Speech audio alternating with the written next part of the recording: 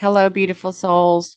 Today I'm recording on actual Thanksgiving in the United States. So if this is a video that you actually see today, I hope you celebrate it well and you had a marvelous feast because you deserve it. Today is the fifth of the Divine Masculine series that I started a couple of weeks ago. Last, we talked about the quiet dignity that our Divine Masculine of today crave. Today, I'm going to relate to you why the divine masculine always retreats before a big expansion. So, men pull away whenever they're recalibrating, when they are redefining their boundaries, coming to terms with, reconciling with what they've experienced versus what they've learned. And what does that mean for them now? How does this shape them into the being they are today in the now moment? And this retreatment, self introspection is what I call it.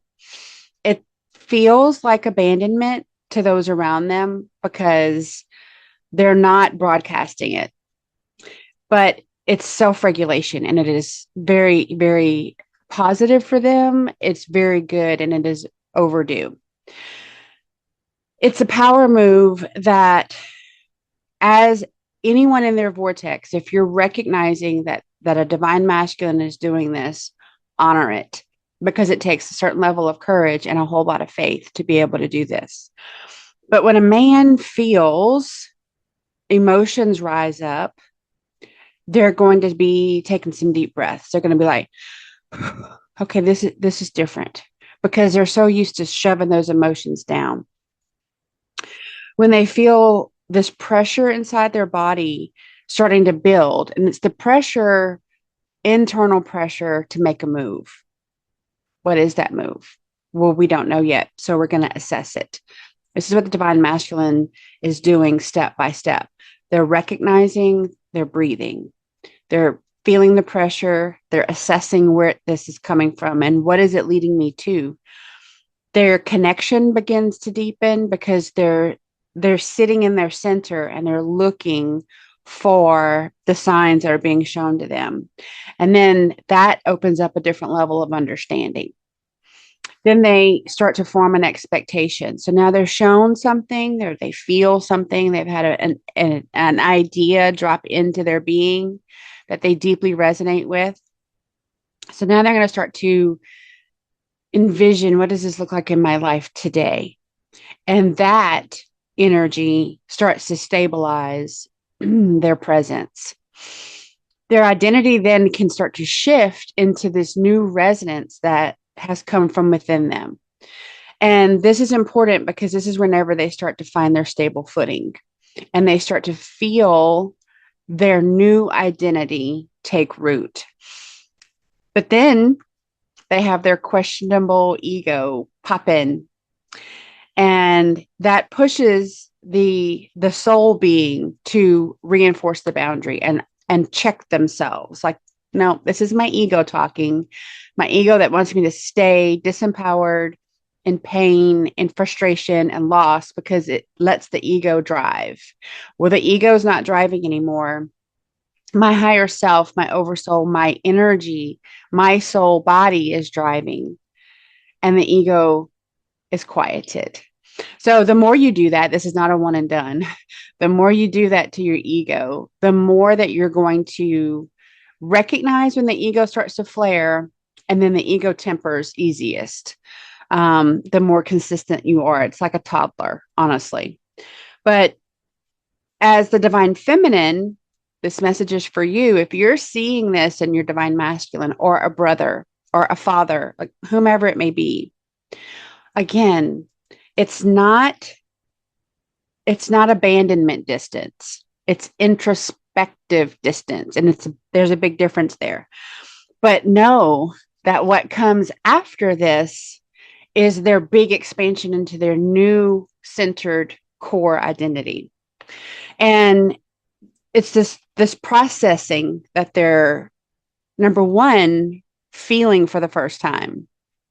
Oftentimes, this is the first time that a divine masculine has had an opportunity where it's safe and they feel supported enough and grounded enough to do this work. Otherwise, it would never get this far. But it's also how they develop a value for being grounded. Prior to experiencing that on their own, it's just words. They don't understand how that is such a driving force for so many of us, that when the noise, the exterior, the chaos gets overwhelming, that we crave that grounding center. The inverted and flipped negative connotation is they're weak, they can't handle it, they got to run outside. The truth of the matter is we're not weak, we're wise, and we go outside to commune with nature so that that excess energy, that static that is not ours, gets transmuted to the ground, to the earth. And we can center and ground and find our connection clear, unencumbered, and direct to source. So our messages are not affected by all the noise around us, just through our center, through our pillar with source creator. So your divine masculine is going to pull back to quiet the noise so that the connection within them is strengthened. It's not to disconnect from beings unless they're no longer serve their highest good. So the expansion literally requires integration, and that integration requires solitude. It requires that introspective solo phase. The masculine energy itself expands when they get clarity, when they have a defined purpose. They have that stable footing. They get their direction. They're aligned, like they have snapped the red line and they know to follow it, the chalk line. But none of this comes without chaos or emotional flooding. Like every step along the way, there's resistance, questioning, chaos, noise, static, whatever word you want to use for it. And those beings that have depended upon him to be the steady Eddie that they always get to dump on, that they always get to call for their trauma and their drama and their whatever, and they find that he's no longer available like that, they're going to push back. So, who are you? And what have you done with my best friend? Or whatever the case may be. But when all that gets enforced, the healthy boundary gets enforced of like, this isn't about you. This is about me, and I'm good. I just need some time. That's when they can have that quiet stillness. That's when their stillness can be in presence, unencumbered by the noise on the outside. And that is a growth in itself.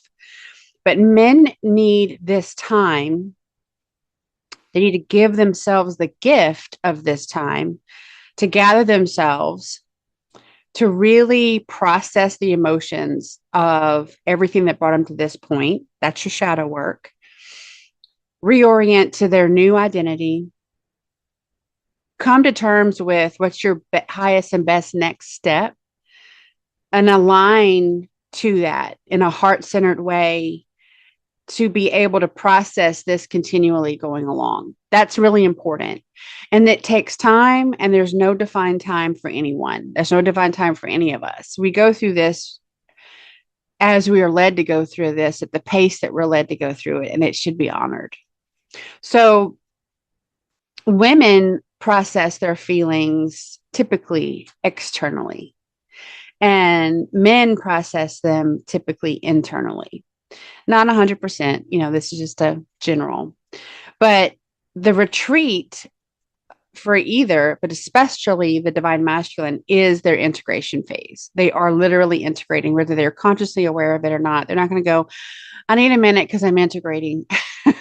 It's highly unlikely that they're going to say that.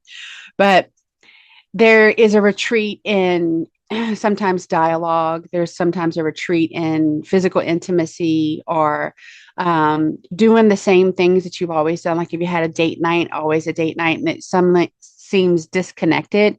It's not that they don't want to spend time with you. It's that routine served someone they no longer identify with. And whenever they process everything and they reorient themselves, spending quality time with you probably won't be inside of a restaurant or a movie theater. It will likely be something much more meaningful for both of you. So just keep that in mind. So something beautiful happens in this space where they pull back from the expected norms of society, and then they process who and what they truly are, the path that they're supposed to be on, and their next best step, and then they start to exhibit that. This beautiful expanded transformation takes place, and it's this deeper connection. You as soon as they re-engage, it's palpable. You understand now that this recalibration has done so much good for not just them, everyone that remains in their vortex, because not everybody's going to make the cut. Let's just be honest. That's the way it's supposed to be. So, this distance is not because you're being rejected. If you're the divine feminine, don't think that you're being rejected. Typically, it's just that they need this time and space to process and integrate. But it's more that the divine masculine has felt something so profound and so real that they themselves put themselves out of the old habits and the old routines and the old expectations so that they could recalibrate and realign themselves to what makes them feel this is me, right? They didn't want to be a character in someone else's play. They want to drive their own path. And so this is how they do that. And men don't retreat because they are pushing people away or they're avoiding emotions. In fact, it's the opposite. Usually the emotions actually are kicking in and they need to get a handle of this. And so that is whenever they will retreat. Now, they don't retreat after a physical connection because of the physical connection, but oftentimes the profound energy connection and energy exchange that occurs with intimacy, whether it's a deeply intimate conversation, tapping into something that's never been spoken before, or a physical act, or even an intimate moment, just like shared together out in nature or something like that, will often precede the retreat because it's this emotional storm that comes up and they just need to take that time. But because of the timing, the divine feminine, of course, she makes it all about her. And she's like, well, what did I do? Why did you leave me? And I gave you what you wanted and then you left. And all this guilt, shame, blame, and low vibrational, low frequency projection begins. And that has to be stopped. So please, if you're the divine feminine in this scenario and you're witnessing exactly what I'm talking about, please pause on the attack of your divine masculine because it's likely not what you are accusing them of. And it just makes their growth, their expansion that much harder because they don't want to hurt you, but they deeply do feel from the inside that this is their time. This is their time to process and integrate the energy. So when they finally come around, then of course the divine feminine wants an explanation, like, where have you been? Why have you been so quiet? Why haven't you been talking to me? What's going on? Are you seeing someone else? You know that that's what's going through your mind, but that is a you problem. Literally, like those concerns and questions and doubts and fear, those are your triggers for your shadow work. So as your divine masculine is going through his integration process and doing all the work to expand, I literally invite you to take that time to work on yourself because that's how you stay together. This cannot be he's got to do it all for both of us. Nobody can do your shadow work for you. And it's, turnabout's fair play. The divine feminine can't do all the work for the divine masculine. No matter how much there is love and compassion and kindness, it just doesn't work that way. Everybody has to be responsible for their own energy body. So the retreat process protects the masculine from that space of being emotionally overwhelmed. They kind of put the wall up and go, okay, this is a lot and it's very new and it feels different, but I know it feels good. It's for me and my highest and best. Let's go process this. Now, is that literally what they think? Probably not, but the drive is there. It moves them to do that. When these emotions rise, it's usually very, very quickly and it shocks their nervous system. They're going, wait, this feels different. We were never allowed to feel this before. What do we do with it? Who are we to feel this? And how do we feel safe again? Because mostly, when a divine masculine starts to feel a lot of emotions, they feel very vulnerable because historically, whenever they showed emotion, they got attacked for it. So this is a very tender time for their emotional body, their spiritual body, their mental body, and their physical body. So if he pushes or feels pushed without retreating, without taking that time, he's going to shut down. He's going to become reactive. He's going to put more walls up and defensive, and he's going to feel like he's attacked and invaded and lose the emotional stability that actually opened the door for the emotions to come in the first place. So again, this is a very tender time, and it really takes compassion, love, and kindness on both sides, all sides. But when the retreat is actually how he prevents collapsing in the future. This is why it's so important. When that emotional body comes to terms with the growth that is spurred on by the friction of the emotion, then there's an emotional maturity and a spiritual maturity that takes place. And typically, once they work that hard to get there, they don't backtrack, they don't backslide, they don't let it go back to being emotionally immature. So, the expansion that happens right after the retreat is vital for the soul's evolution. And women often fear if he pulls away, I'm going to lose him. Like you got to keep him on the hook like a fish, or else you're never going to see him again. And that's just not true. They're not truly understanding this masculine energetic arc that they have to go through. It's retreat, recalibrate, return, and expand. So every aspect of that arc is very important. But when he returns, he comes back with more clarity, more presence, more heart centered presence. His intentions and emotions have been stabilized. He's more physically, emotionally, mentally, and spiritually available. He's interested in these things. He has this sincere commitment and depth about his being that was not there before. The commitment is to everything that aligns to him on his path. So he's preparing himself to be and meet those that rise to meet him in a better emotional body. And the divine feminine simply has one job: allow a supportive environment when your divine masculine retreats. Don't be accusing. Don't be chasing. Don't be testing. Don't be assuming. Don't be projecting or judging or blaming or guilting or shaming or any of that. Again, those are your triggers. Don't put that on him because he has his own things that he's dealing with, and you're not making it easier. You're making it harder. That's not love, and that's not kindness. Instead, you hold your center. You can have these triggers. I'm not saying that they're wrong thoughts. I'm saying follow them back inside yourself to do the shadow work to heal your own core wounding that ever made you think he's leaving you because he's quiet, or that you have to literally keep your hand on him for him to remain connected to you. Like those are core wounds in your own being. So you take that time. Then that way you're staying grounded. You're staying open. You're recognizing your own triggers, but you're not reacting to them. You're letting your energy remain calm. That's given a sovereign, supportive, energetic bubble.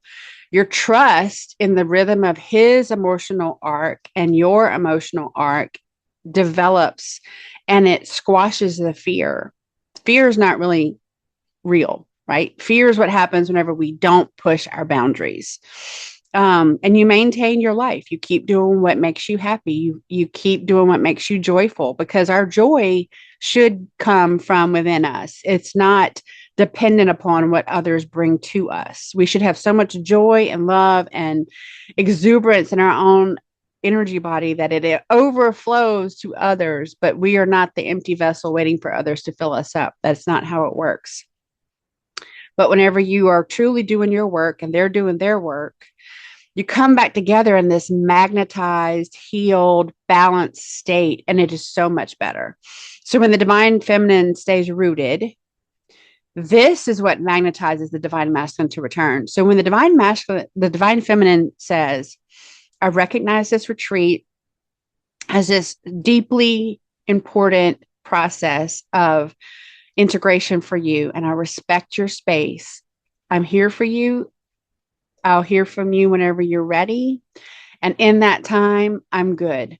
I'm going to keep doing what I need to do for me and loving you all the while, right? That cleans up the energy and allows him to take care of his stuff and come back to you clean energy.